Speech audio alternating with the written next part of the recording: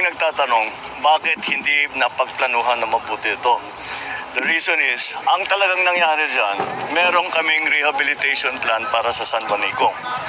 Noong ini-inspeksyon yung tulay para titignan kung saan ang kailangan rehabilitate, ang daming nakita.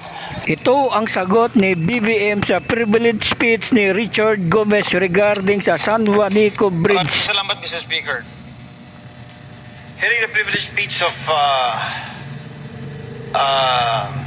Congressman Jude Isidre, I was once a part of the RDC 8 when I was mayor for Ormoc City. And on a yearly basis, all the problems na kinakailangan natin na ponduhan kung mayroong problema, ito ay lagi tinitake up sa RDC.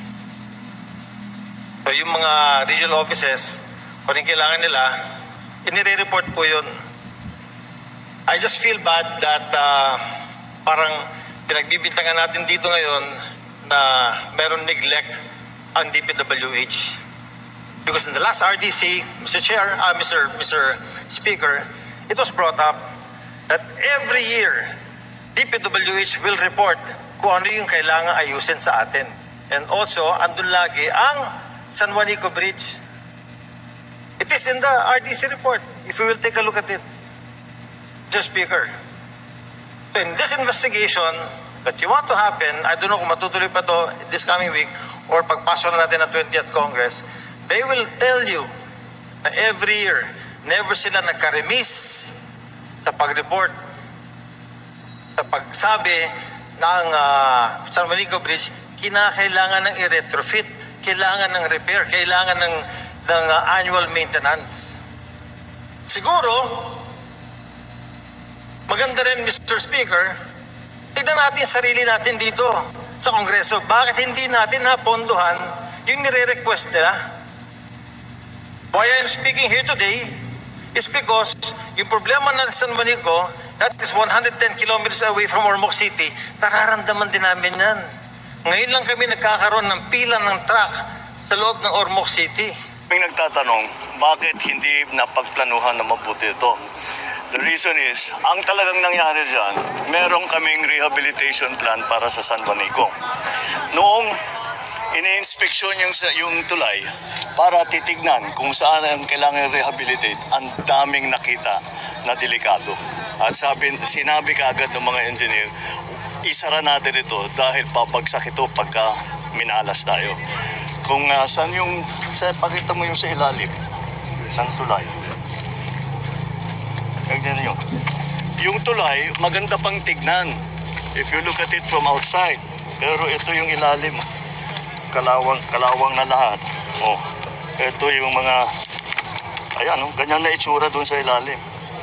Tapos, hindi lang yun. Ito, so corrosion. Ito is the third span. Yung sa ilalim. Ito yung bumibigay na. Saan yung sa ito. Buckling of the bottom na. Bumibigay na yung mga troso. Kaya nung nag-inspeksyon ng DPWH para nga sa rehabilitation, nila delikado na itong tulay na ito. Hindi namin akalain na ganito kasama. Dahil siguro hindi namin malaman, hindi ginawa ng mabuti ang maintenance ng tulay. Dapat yan every 3 years binabalik-balikan. Tinatanong ko sa mga lokal, sa ating mga kababayan kung talagang nagagawa ba noon yung every 3 years. Mukhang hindi. Kaya nagkaganito. Kaya ang inabot namin talagang sira-sira na. Kaya napilitan kami isara. Kaya biglaan. Ngayon na alam natin ang problema, lahat ng maaaring gawin, kagaya na itong mga barko, mga roro, tapos meron kami mga iniisip na baka yung traffic sa San Juanico, basta papalitan natin yung mga sistema para mas mabilis. Nakausap namin yung isang driver ng truck. Ang reklamo naman nila, ang dala nila kulay. nag-aantay sila rito 3-4 na araw. Siyempre, ano mo na, hindi naman refrigerated pan yan. Kaya wala, nasisira yung kanilang produkto. Kaya yun, gagawa kami ng sistema para mauna yung mga perishable goods. Yeah, those are the mitigating factors that we are trying to undertake para naman kahit papano. Tacloban is such a center of commerce. Ang daming naapektuhan dahil dito. Kaya madali ko na naman ng Public Works na magsabi sa atin kung ano ang maaari na masabi natin na schedule. What are you saying about the different spans?